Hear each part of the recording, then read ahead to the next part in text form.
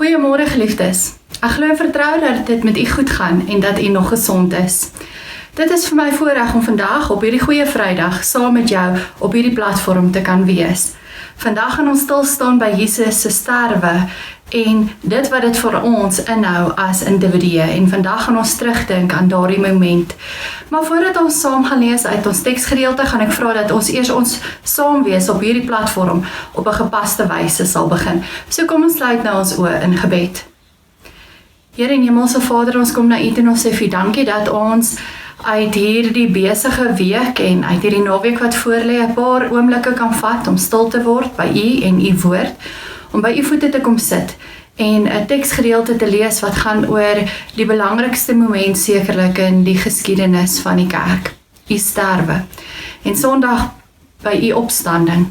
En dat ons daarby sal stil staan en vir onsself sal afvra, wat beteken dit vir my? En dat ons tyd sal spandeer om by die ware betekenis van dit waaroor dit gaan hierdie naweek uit te kom. En daarom kom vra ons Vader, waar ons nou na U woord gaan luister, dat U dit vir elkeen van ons sal oopbreek, dat U met elkeen van ons daaruit sal praat en dat ons vandag dit sal hoor wat ons behoort te hoor en dat ons daardeur verander sal word en dat hierdie Paasfees vir ons werklik die betekenis inhou wat dit behoort in te hou en dat dit ons verhouding met U sal laat groei en sal versterk. Dankie dat ons dit mag bid. In die kosbare naam van ons Here Jesus Christus. Amen. Nou geliefdes, ons het die lydingstyd het ons by die Johannes Evangelie stilgestaan en ek het dit goed gedink om ook dan nou vanoggend uit Johannes 19 vir ons voor te gaan. Ons gaan vanaf vers 17 tot en met 30 lees. So in hierdie gedeelte gaan dit oor Jesus wat sy kruis dra en wat dan tot sterwe kom. Johannes 19 vers 17 begin waar daar staan: Jesus het self sy kruis gedra en uitgegaan na Kobbeenplek toe, soos dit genoem is in Hebreëus Golgotha. Daar het hulle hom gekruisig en saam met hom 2 ander, een aan elke kant met Jesus in die middel. Pilatus het ook 'n opskrif geskrywe en dit aan die kruis gesit. Daar het geskrywe gestaan: Jesus van Nasaret, die koning van die Jode. Baie van die Jode het hierdie opskrif gelees, omdat die plek waar Jesus gekruisig is, naby die stad was. Die opskrif was in Hebreëus, Latyn en Grieks. Die priesterhoofde van die Jode het toe vir Pilatus gesê: moenie skrywe die koning van die Jode nie, maar skrywe, hy het gesê, ek is die koning van die Jode. Pilatus het vir hulle gesê: wat ek geskrywe het, het ek geskrywe. Toe die soldate Jesus dan gekruisig het, het hulle sy boklere gevat en dit in 4 dele verdeel, vir elke soldaat 'n deel. Hulle het ook sy onderkleed gevat, dit was sonder naad van bo af in 1 stuk geweef. Hulle sê toe vir mekaar: ons moet dit nie skeer nie, kom ons loot wie dit moet kry. Dit het gebeur sodat die skrif vervul kan word waar dit sê: hulle het my klere onder mekaar verdeel en vir my kleed het hulle geloot. Dit is wat die soldate gedoen het. By die kruis van Jesus het ook nog sy moeder en sy moeder se suster en Maria, die vrou van Kleopas, Maria Magdalena gestaan. Toe Jesus sy moeder sien en die disipel vir wie hy baie lief was, wat by haar staan, sê hy vir haar: daar is u seun. Daarna sê hy vir die disipel: daar is jou moeder. Van daardie oomblik af het die disipel haar in sy huis geneem. Hierna het Jesus met die wete dat alles klaar volbring is en sodat die skrif vervul kon word gesê: ek is dors. Daar het 'n kan vol suurwyn gestaan. Die soldate het toe 'n spons vol suurwyn op 'n hisoptakkie gesit en dit teen sy mond gehou. Nadat Jesus die suurwyn gekry het, het hy gesê: dit is volbring. Toe het hy sy kop vooroor laat sak en sy laaste asem uitgeblaas. Nou geliefdes, ons lees net tot sover. Geliefdes, die afgelope Sondag wat verby is, het ons gehoor hoe Jesus op pad was na Jerusalem en dat hy daarheen beweeg het omdat hy 'n missie gehad het. Hy het 'n doel gehad. Hy moes voor Paasfees daar wees en hy moes verheerlik word as die Messias, sodat almal kon weet dat hy die koning van die hemel is. Maar na daardie besonderse moment het alles begin verander.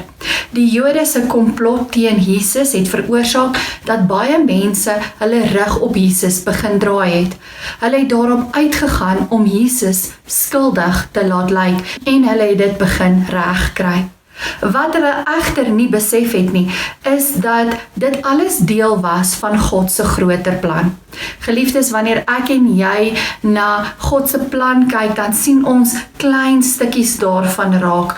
Dit is soos om 'n groot skildery te hê en ons sien byvoorbeeld net die blommetjie raak, maar as jy na die skildery in sy geheel kyk en jy staan terug, dan sien jy dat dit 'n pragtige landskap vol blomme is. God sien die groter skildery raak, hy sien die groter prentjie raak en ek en jy is gewoonlik net ingestel of gefokus op die klein momente soos die enkele blommetjie. En hierdie is een van daardie momente, hulle wat Jesus skuldig laat lyk het, maar dit was deel van God se groter plan en hy het die groter prentjie raak gesien. Dit het alles gebeur soos wat God wou gehad het, dit moes gebeur.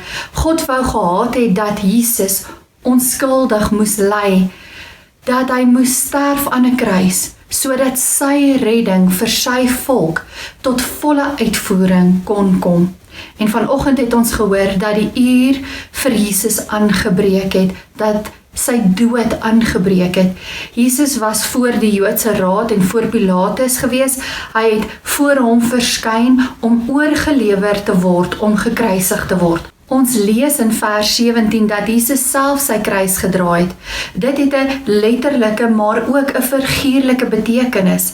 Die letterlike betekenis is dat Jesus self sy dwarsbalk moes gedra het. Dit was deel van destydse praktyk gewees.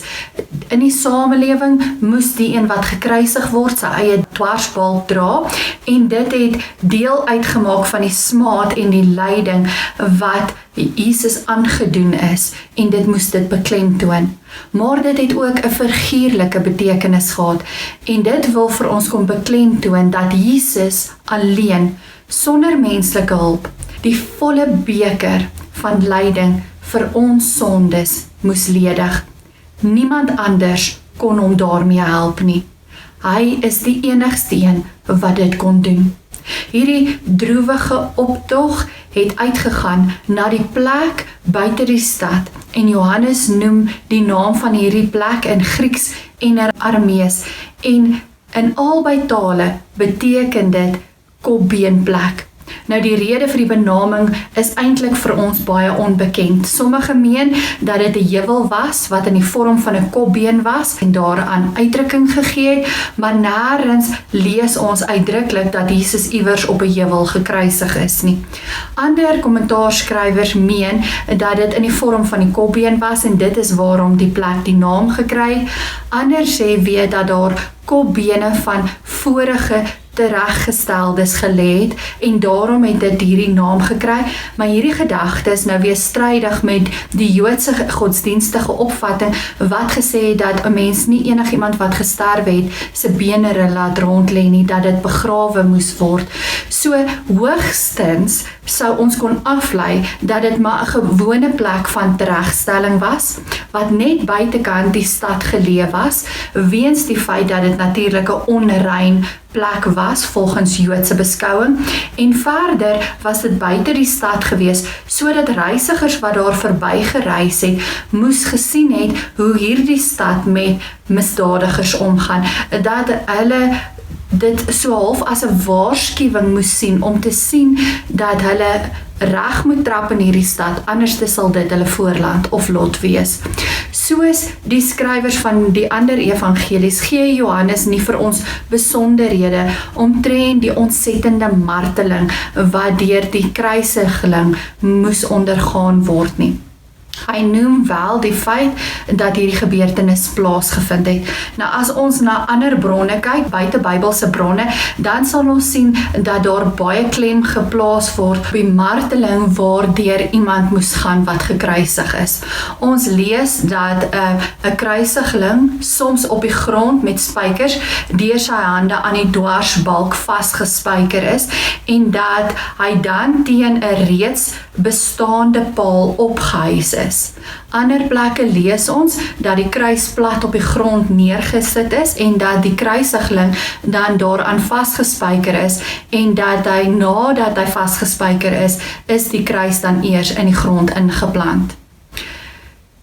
Wanneer ons na hierdie geskrifte en hierdie preke kyk wat ons skryf wat gaan oor die marteling, dan sal hulle dit breedvoerig beskryf en dan sal hulle ook beklemtoon dat dit 'n baie wrede marteling was. Kyk ons na die evangelieskrywers, dan sien ons dat hulle eerder so half 'n sluier oor hierdie marteling wou trek. Die hoofsaak van die evangelieskrywers was dat sondige mense hierdie gruweldaad aan 'n sondelose seun gedoen het en dat hy dit vrywillig aanvaar het. Hy het dit aanvaar sodat hy versoening kon doen vir die mense se sondes. Hy word saam met 2 ander gekruisig. Hulle word nie noodwendig misdadigers genoem in die evangelies nie, maar ons kan dit aflei, want gewoonlik wanneer hulle 'n wetsoortreding gedoen het, dan is dit bokant hulle koppe aangeteken waarvoor hulle gekruisig is. En jy is gewoonlik vir baie ernstige wetsoortreding gekruisig. En daarom kan ons aflei dat hulle albei misdadigers was wat ernstige dade gepleeg het. Jesus word in die middel van hierdie 2 misdadigers dan ook gekruisig om homself gelyk te stel aan hierdie misdadigers. Nou volgens die profetiese woorde word hy saam met hierdie misdadigers gereken. Nou geliefdes, destyds was dit die gebruik gewees om die rede vir die straf bokant hulle koppe aan te bring. En ons sien dat Pilatus persoonlik aandag aan hierdie aspek gee. Op hierdie manier verneder hy vir Jesus persoonlik, maar hy laat skrywe dat Jesus van Nasaret die koning van die Jode is en daarmee handhaaf hy ook die eerste beskuldiging deur te volhard met hierdie benaming koning van die Jode. Nou in die mond van Pilatus is dit 'n valse beskuldiging omdat hy aan 'n aardse koning dink, maar dit pas Pilatus om die skyn te handhaaf dat hy aan die keiser getrou is deur 'n aanspraakmaker op die koningskap te laat teregstel. En terselfdertyd bewys hy smaad vir die Jode deur Jesus aan te dui as hulle koning. Maar die weë van God is anders. Jesus sterf juis as die koning van die Jode, die Messias wat deur sy eie mense verwerp word. Johannes meld dat die opskrif in 3 tale geskryf word. In Hebreëus, dit is die taal van die volk, in Latyn, dit is die taal van die Romeinse staat, en in Grieks, dit was die algemene taal, die omgangstaal of die handelstaal van die destydse wêreld. Dis kon almal, die hele wêreld, verstaan wat geskrywe was en hulle kon kennis neem van die rede vir Jesus se sterwe. Dit is moontlik dat ons in hierdie besonderhede reeds 'n aanduiding kan vind dat die boodskap van versoening oor taalgrense gedra moet word, sodat die hele mensdom daarvan kan kennis neem. Nou die priesterhoofde, wat lede van die Joodse raad was met die bewoording van hierdie opskrif baie ontevrede gewees. Hulle wat hulle koning moes erken en verwelkom het, is juis die mense wat hom verwerp het en wat vir sy kruisiging gesorg het. Hulle wil die stelling dat Jesus die koning van die Jode is verander na 'n aanspraak wat hy sou gemaak het. Hy sou gesê het dat hy die koning van die Jode is. Ook hier word die waarheid dan verdraai, want Jesus het nooit so 'n uitspraak gemaak nie. Inteendeel, toe die volk hom as koning wou aanstel, het hy dit voorkom.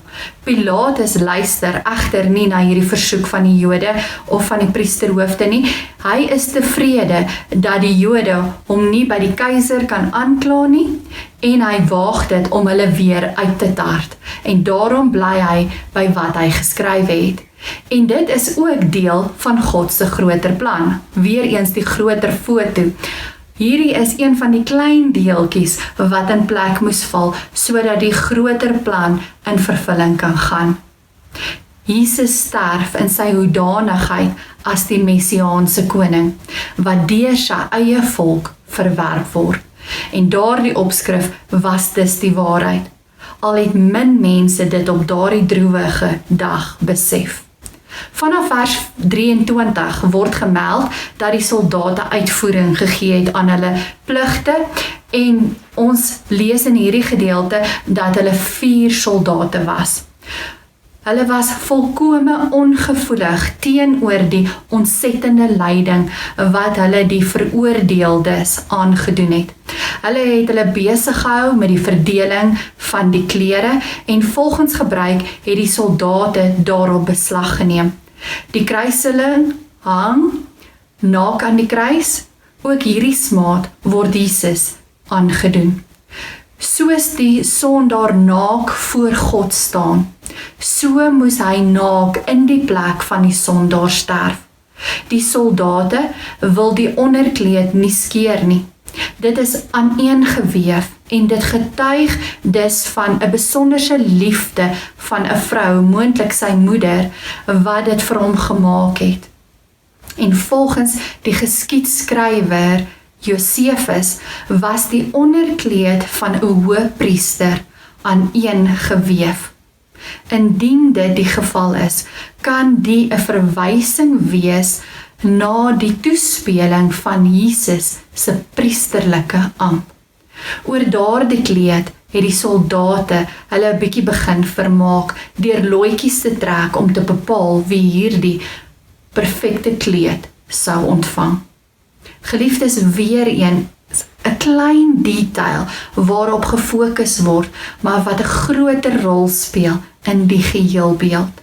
Geliefdes, Johannes wys daarop dat hierdie klein besonderhede nie maar toevallig was nie. Dit was deel van 'n groter plan.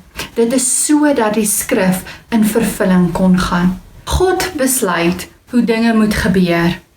Hy laat sy besluite aankondig deur profetiese woorde, en op die regte tyd bring hy die profesie in vervulling.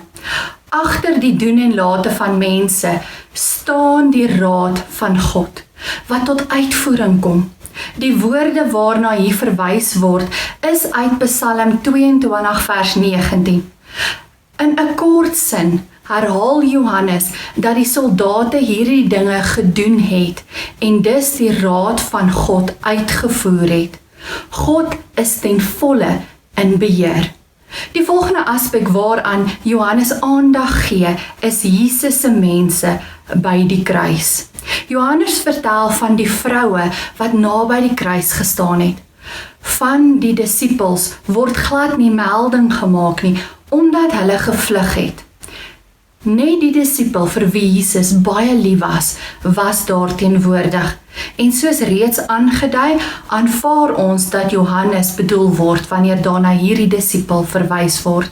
Die 4 vroue word genoem. Dit is die moeder van Jesus en haar suster, en verder Maria, die vrou van Klopas, Maria Magdalena. Die suster van die moeder van Jesus was vermoedelik Salome, die vrou van Zebedeus, en dis die moeder van die apostel Johannes. In hierdie laaste uur van sy lyding gaan Jesus se liefde uit na sy moeder toe. Hy sien haar smart raak. Toe hy gebore is vir haar gesê dat daar 'n swaard deur haar siel sou gaan, en nou gebeur dit ook. Al kan Jesus in die menslike sin niks vir haar doen nie, sorg hy tog dat sy versorg sal word. Voorheen het hy haar laat verstaan dat sy nie in sy weg moet staan nie. Nee, dat hy sy middelaarstaak moet uitvoer. Ook nou moet sy hom nie meer sien net as haar seun nie, en daarom moet sy vertroos wees met die feit dat die Messias ook vir haar sterf. Hy wys Johannes aan as die disipel wat voortaan vir sy moeder sal sorg. Hy sal voortaan vir haar 'n seun wees, en Johannes word 'n opdrag gegee om haar te versorg soos 'n seun sy moeder sal versorg. Laasgenoemde is vir ons 'n bewys dat Jesus in beheer was van die situasie en dat hy selfs nog aandag gegee het aan die fynste en kleinste besonderhede. Geliefdes, die feit dat Jesus totaal in beheer is, word vir ons verder bevestig wanneer die volgende gedeelte volg. Die feit dat hy hierdie gebeurtenisse in sy hand het, word vir ons bevestig deur die feit dat hy weet dat alles klaar is en volbring is. Vooruit weet hy wat op hom wag en hy gee daaraan bewustelik uitvoering. Ook aan die kruis weet hy hoe ver sy middelaarstaak afgehandel is. Dit is klaar, dit is voltooi. Hier gebruik Johannes die woord voltooi wat tetelestai is, om aan te dui dat alles klaar voltooi is en nou 'n blywende resultaat lewer. Jesus weet ook dat die skrif vervul word en dat hy daarom nog een getuienis moet lewer van sy smartlike lyding deur die uitroep, ek is dors. Die dors van 'n kruiseling is deel van sy onbeskryflike marteling. En ook hierdie lyding moet Jesus deurgaan sodat die profetiese woord vervul kan word. Hy wat die water van die lewe gebring het in sy sterwe die behoefte gehad om iets te drink. Ons lees dat die soldate vir hom suurwyn gegee het. Nou suurwyn was volgens sommige mense niks meer as asyn wat met water gemeng was nie. Dit was die gebruikelike soldatedrank wat gegee is. Blykbaar het hulle 'n kan saamgeneem na 'n kruisiging toe en die dors van die gekruisigdes dan op so 'n manier probeer les. Vir die doel is 'n spons aan 'n geskikte stok se stingel gesit en dit is aan hulle lippe gedruk sodat hulle dan die vloeistof kon inneem. In hierdie evangelie word dit 'n hisoptakkie genoem. Die ander evangelies praat slegs van 'n stok en hieroor is daar ook baie geredekawel want 'n hisoptakkie kon nie 'n spons vol wyn in die lug hou nie. Dit was maar 'n baie klein, fyn takkie gewees, alhoewel daar ander skrywers sê dat daar 'n ander tipe hisoplant was en dat sy stok wel 'n spons vol wyn kon hanteer. Hierdie kan 'n sinspeling wees op dit wat ons lees oor die paaslam en die feit dat die bloed van die paaslam besprinkel is met 'n hisoptakkie aan die deurskosyne. So Johannes kon hierdie gedagte gebruik het om daarna te verwys dat Jesus die lam van God is wat ons sondes moet wegneem. Jesus het van hierdie suurwyn gedrink om sy droë keel nat te maak sodat hy sy laaste woorde aan die kruis kon uiter en sy laaste woorde was: dit is volbring. Jesus sterf nie as gevolg van uitputting of van 'n beswyming nie, maar hy beskik oor die krag om hard uit te roep en sy lewe vrywillig af te lê, 'n daad uit sy eie uit, nie iets wat aan hom gedoen word nie. Ook in daardie laaste oomblik lewer hy 'n getuienis dat hy in beheer is, selfs van sy dood. Die uitroep was 'n triomfanklike verklaring dat hy alles wat aan hom opgedra was, volledig uitgevoer het. Wat geen mens ooit kan sê nie, kon Jesus sê, naamlik dat hy die opdrag van God volkome volbring het. Sy laaste woorde is nie net vir homself bedoel nie, maar vir die hele wêreld. Almal moes dit hoor, dat Jesus die heilswerk van God voltooi het. Met 'n enkele woord sluit Jesus sy aardse bediening af. Sy sterwenswoord is 'n oorwinnaarswoord, wat sal bly voortklink tot aan die volëinding van die wêreld. Geliefdes, hierdie offer wat Jesus gebring het, was genoegsaam gewees. Hy het dit gebring vir ons sondes. Die woord volbring beteken dieselfde as opbetaal. Jesus het gekom om God se verlossingswerk te volbring, af te handel, om die volle prys vir ons sondes te betaal. Sy dood het dus vanuit 'n Christelike perspektief beoordeel, 'n einde gemaak aan die ingewikkelde offerstelsel, want hy het die versoening vir al ons sondes kom doen. Op grond van dit wat hy gedoen het vir ons, kan ons nou vrylik tot God nader. Almal wat in sy dood en sy opstanding glo, kan vir ewig by God lewe en hoef nie meer vanweë die sonde te sterf nie. Jesus het die brug kom bou tussen die verlore mense en God. Jesus het ons met God kom versoen en die skeiding tussen ons en God uit die weg geruim. Maar dit los ons nou met 'n keuse. Of ons verwerp Jesus, uit en uit verwerp hom, of ons glo in wat hy kom doen het vir my en jou. Daar is nie 'n tussenweg nie, daar is nie 'n middelweg nie. Ek en jy kan nie neutraal staan nie. Ek en jy moet kies. Of ons kies vir Jesus, of ons kies teen hom. En as ons vir Jesus kies, moet ek en jy begin leef soos wat Jesus geleef het. Hy was nederig, hy het selfopofferend geleef, hy het vergewend geleef, hy het liefdevol geleef. En dit is tog waaroor die kruis gaan, die opofferende liefde van Jesus. En daarom wil ek jou uitdaag, gaan leef soos Jesus tussen die mense van die wêreld. Amen. Kom ons sluit ons oë, dan bid ons saam.